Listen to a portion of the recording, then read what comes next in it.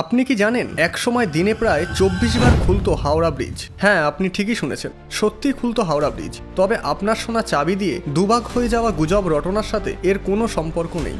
আমি বলছি আজ থেকে প্রায় 150 বছর আগের হাওড়া ব্রিজের কথা, যখন ব্রিটিশ রাজ ছিল ভারতবর্ষে। 1800 সালের মাঝামাঝি ইংরেজরা মোটামুটি গোটা ভারতবর্ষেই আধিপত্য বিস্তার করে নিয়েছিল। ফলে তাদের ব্যবসা ও শাসন ক্ষমতা বাড়ানোর জন্য তারা 1853 সালে বোম্বে অর্থাৎ এখনকার মুম্বাই আর 1854 সালে বাংলার হাওড়াতে ট্রেন স্টেশন বানানোর সিদ্ধান্ত নেয়, কারণ এতে ব্যবসায় এক্সপোর্ট ও ইম্পোর্টের সুবিধা বেড়ে দ্বিগুণ হবে। তবে এই সুবিধা ছিল শুধুমাত্র হাওড়া পর্যন্ত, কারণ হাওড়া আর কলকাতার মাঝে বাধা হয়ে দাঁড়িয়েছিল হুগলি নদী। কিন্তু কিচ্ছু করার নেই, ততদিনে ইংরেজদের ব্যবসা বাণিজ্য নদীর দুধারে বেশ জাঁকিয়ে বসেছে। তৈরি হয়েছে বড় বড় কলকারখানা, ফলে কলকাতা আর হাওড়াকে জুড়তে হবে যেভাবেই হোক। তাই এই দুই জেলার মাঝে দরকার একটি সেতু। হুগলি নদীর জন্য প্রত্যেক বছর বর্ষায় প্রায় 2 থেকে 3 মাস করে বন্ধ রাখতে হতো বাণিজ্য। তাই ইস্ট ইন্ডিয়া কোম্পানিকে পড়তে হতো লসের মুখে। ফলে ব্রিটিশ সরকার 1855 সালে একটি ব্রিজ তৈরির কমিটি বানায়। বেশ কিছু ব্লুপ্রিন্টও সামনে আসে, কিন্তু কোনো এক কারণে কাজ বেশি দূর এগোয় না। তখনের মতো সেই কাজ বন্ধ হয়ে যায়। এরপর আবার 1862 সালে ব্রিটিশ সরকার নড়ে চড়ে বসে। ইস্ট ইন্ডিয়া কোম্পানির চিফ ইঞ্জিনিয়ার জর্জ টার্নবুলকে কন্ট্রাক্ট দেওয়া হয় হাওড়া ব্রিজ বানানোর জন্য। এই ইঞ্জিনিয়ার এর আগে হাওড়া স্টেশন বানিয়েছিলেন। কন্ট্রাক্ট হাতে পাওয়া মাত্রই কাজ শুরু করে দিয়েছিল জর্জ টার্নবুল, কিন্তু এবারেও কোনো কারণবশত আটকে গেল ব্রিজ তৈরির কাজ। এরপর কেটে যায় 8 বছর। ব্রিটিশ সরকার 1871 সালে ফের হাওড়া ব্রিজ নতুন করে বানানোর সিদ্ধান্ত নেয়। তখন ইস্ট ইন্ডিয়া কোম্পানির চিফ ইঞ্জিনিয়ার স্যার ব্র্যাডফোর্ড লেজলিকে কন্ট্রাক্ট দেওয়া হয়। স্যার ব্র্যাডফোর্ড লেজলি সরকারকে একটি পল্টন ব্রিজ বানানোর প্ল্যান দেয়। এই পল্টন ব্রিজ হচ্ছে এমন একটি ব্রিজ যা জলের উপর ভেসে থাকে। জলের উপর সারি সারি নৌকো দাঁড় করানো থাকে, আর নৌকোর উপর থাকে পাটাতন, আর সেই পাটাতনের উপর ভর দিয়ে দাঁড়িয়ে থাকে একটা আস্ত ব্রিজ। জাহাজ বা ট্রলার আসা যাওয়ার পথে দরকার পড়লে নৌকো সরিয়ে ব্রিজ খুলে দেওয়া হয়। এই প্ল্যান পছন্দ হয় সরকারের, এবং সাথে সাথেই হাওড়া ব্রিজ অ্যাক্ট পাশ করে দেওয়া হয়। স্যার লেজলি তার দলবল নিয়ে লেগে পড়েন হাওড়া ব্রিজ তৈরির কাজে। 1874 সালে ব্রিজ তৈরির সময় কলকাতায় একটি ভয়ঙ্কর সাইক্লোন আসে। এতে ব্রিজের অনেক ক্ষতি হয়। এছাড়াও এগেরিয়া নামক একটি স্টিমার এসে ধাক্কা মারে ব্রিজের সাপোর্টের নৌকো, ফলে 3টে নৌকো যায় জলে ডুবে। তবুও নানান বাধা বিপত্তি কাটিয়ে 1874 সালে 17ই অক্টোবর খোলা হয় হাওড়া ব্রিজ। এই সময় ছোটলাট সেতু পার করার জন্য টোল বসিয়েছিলেন, আর সেই টোলের টাকাতেই চলতো হাওড়া ব্রিজের রক্ষণাবেক্ষণের কাজ। ব্রিজ তৈরি করতে লেগেছিল 3 বছর, খরচা হয়েছিল 22 লক্ষ টাকা। 1855 সালে ব্রিটিশ প্রশাসন যা পরিকল্পনা করেছিল তা রূপান্তরিত করতে সময় লাগলো 19 বছর। এরপর হুগলি নদী থেকে যখনই কোনো জাহাজ যেত তখনই এই ব্রিজকে দুভাগে খুলে দেওয়া হতো।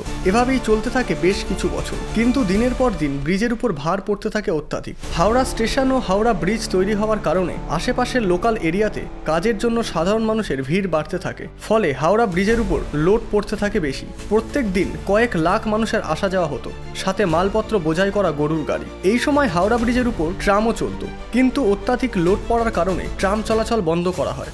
যদিও ততদিনে পাশে ট্রেনের জন্য একটি আলাদা ব্রিজ তৈরি হয়েছে, নাম দেওয়া হয়েছিল জুবিলি ব্রিজ, কিন্তু তবুও হাওড়া ব্রিজের উপর লোড পড়া কমেনি কিছুতেই। 1905 সালে ইঞ্জিনিয়াররা ব্রিজ ইন্সপেকশনে এসে দেখতে পায় ব্রিজের অবস্থা শোচনীয়। তৎপর ব্রিটিশ গভর্নমেন্টকে রিপোর্ট সাবমিট করে। রিপোর্ট দেখে ব্রিটিশ সরকার একটি নতুন ব্রিজ তৈরির প্ল্যানিং করতে লেগে যায়। 1906 সালে পোর্ট কমিশনের chief engineer John Scott, East Indian railway chief engineer R S. Hyatt এবং কলকাতার পৌর সংস্থার চিফ ইঞ্জিনিয়ার ডব্লিউ.বি. ম্যাকবেকে নিয়ে একটি কমিটি তৈরি করা হয়। এই কমিটি মোট 6 রকম ব্রিজ তৈরির প্ল্যানিং দেয় কোম্পানিকে। কোম্পানি সব দিক দেখে ট্রাফিকের কথা চিন্তা করে একটি ফ্লোটিং ব্রিজ বানানোর সিদ্ধান্ত নেয়। ইস্ট ইন্ডিয়ান কোম্পানি টেন্ডার বার করে 23টি আলাদা আলাদা সিলেক্টেড কোম্পানিকে ব্রিজ তৈরির নকশা বানানোর জন্য কাজ দেওয়া হয়, এবং তাদের মধ্যে থেকে যে কোম্পানি সব থেকে ভালো ডিজাইন দেবে তাকে 3000 পাউন্ড দেওয়ার ঘোষণা করে ইস্ট ইন্ডিয়ান কোম্পানি। একসময় সমস্ত কোম্পানি তাদের ডিজাইন সাবমিট করে, এবং এর মধ্যে থেকে কমিটির একটি জার্মান কোম্পানির ডিজাইন পছন্দ হয়, কিন্তু শেষ পর্যন্ত লোকেশন অনুযায়ী সেটাও সম্পূর্ণ অ্যাপ্রোপ্রিয়েট না হওয়ায় ক্যান্সেল করা হয় প্ল্যানিং।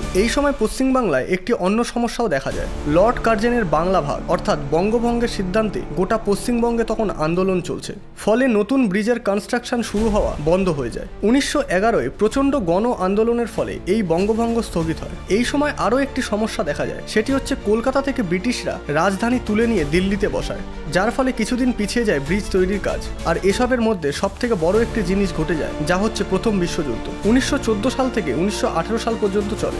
সেই সময় ব্রিটিশরা যুদ্ধ নিয়ে এতটাই ব্যস্ত ছিল যে ব্রিজের উপর তাদের ধ্যান দেওয়ার সময় ছিল না। এর ফলে 1917-তে পুরনো পল্টন ব্রিজটাকে মেরামত করা হয় কাজ চালানোর জন্য, কিন্তু ব্রিজের অবস্থা দিনে দিনে খারাপ হচ্ছিল। প্রথম বিশ্বযুদ্ধ শেষ হতেই 1921 সালে এই ব্রিজ তৈরির ভার দেওয়া হয় অবিভক্ত বাংলার বিখ্যাত ইন্ডাস্ট্রিয়ালিস্ট ও ইঞ্জিনিয়ার আর্কিটেক্ট রাজেন্দ্রনাথ মুখার্জিকে। আর.এন. মুখার্জি এর আগে ভিক্টোরিয়া ও বেলুর মঠ বানিয়েছিলেন। তিনি তখন মার্টিন অ্যান্ড কোম্পানির ওনার। 1 বছরের মধ্যেই একটি ক্যান্টিলিভার ব্রিজ বানানোর প্ল্যান সাবমিট করে কমিটির কাছে। 1926 সালে the new Howrah bridge act pass হয়। এরপর 1930 সালে পালমার, রেন্ডাল ও ট্রাইটেনকে committee floating and cantilever bridge বানানোর নির্দেশ দেয়। কমিটি ব্রিজের টেন্ডার বার করে এবং একটি জার্মান কোম্পানির উপর দায়িত্ব আসে, কিন্তু ততদিনে 1935 সাল চলে এসেছে আর জার্মানি ও ব্রিটেনের রাজনৈতিক অবস্থার অবনতি ঘটে গেছে। ফলে এই জার্মানি কোম্পানির হাত থেকে বেরিয়ে যায় হাওড়া ব্রিজ নির্মাণের প্রকল্প। তাই বাধ্য হয়ে কমিটি 1936 সালে ক্লিপল্যান্ড ব্রিজ অ্যান্ড ইঞ্জিনিয়ারিং কোম্পানিকে এই ব্রিজ বানানোর দায়িত্ব দেয়। আর ফেব্রিকের দায়িত্ব চলে আসে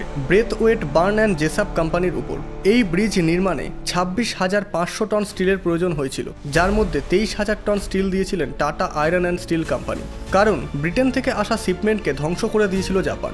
সম্ভবত এটাই ভারতের প্রথম make in India project. Bridge বানানোর সময় হুগলি নদীর উপর পলি মাটির ধস নামানো হচ্ছিল। এই সময় একটি টাওয়ার অ্যাক্সিডেন্টলি 2 ফুট মাটির তলায় ঢুকে যায়। এর ফলে আশেপাশের এলাকায় প্রচন্ড ভাইব্রেশন সৃষ্টি হয়। খিদিরপুরে সদ্য লাগানো সিসমোগ্রাফ যন্ত্র এটিকে ভূমিকম্প হিসাবে ডিটেক্ট করে। আশেপাশের বেশ কিছু বাড়িঘর ভেঙে যায় ও গঙ্গার ধারের একটি মন্দির মাটির তলায় ঢুকে যায়। 4 বছর ধরে কন্টিনিউ কাজ করার পর 1942 সালে ফাইনালি ব্রিজ তৈরি শেষ হয়। এই ব্রিজ তৈরিতে ব্যবহার হয়নি একটিও নাট বোল্ট। সমস্ত জয়েন্ট একে অপরের সাথে জোড়া লাগানো হয়েছিল স্টিলের পেরেকের সাহায্যে। আর হ্যাঁ, হাওড়া ব্রিজে সত্যিই কোনো চাবি নেই, আর এই ব্রিজটাকে মাঝখান থেকে খোলাও যায় না। এটি সম্পূর্ণ গুজব। হাওড়া ব্রিজ শুধুমাত্র কলকাতা বা ভারতের নয়, এটি বিশ্বের অন্যতম সেতুগুলির মধ্যে একটি। 1965 সালে 14 জুন এই সেতুর নাম বিশ্বকবি রবীন্দ্রনাথ ঠাকুরের নামে নামকরণ করে রবীন্দ্র সেতু রাখা হয়। কিন্তু এত বছরে তবুও মানুষ ভোলেনি পুরনো নাম। প্রতিদিন এই ব্রিজের উপর থেকে 80,000-এরও বেশি গাড়ি ও 10 লক্ষেরও বেশি মানুষ যাতায়াত করে। 1943 সাল থেকে আজ অবধি দুটি শহরকে এত ঝড় ঝঞ্ঝা সহ্য করেও বেঁধে রেখেছে এই হাওড়া ব্রিজ। তাই আমাদের উচিত সচেতন হওয়া, ব্রিজের উপর বা পিলারের গায়ে পান মশলা বা গুটকার পিক না ফেলা। এটি ভারতের একটি অমূল্য সম্পদ, দয়া করে এটিকে ধ্বংস করবেন না।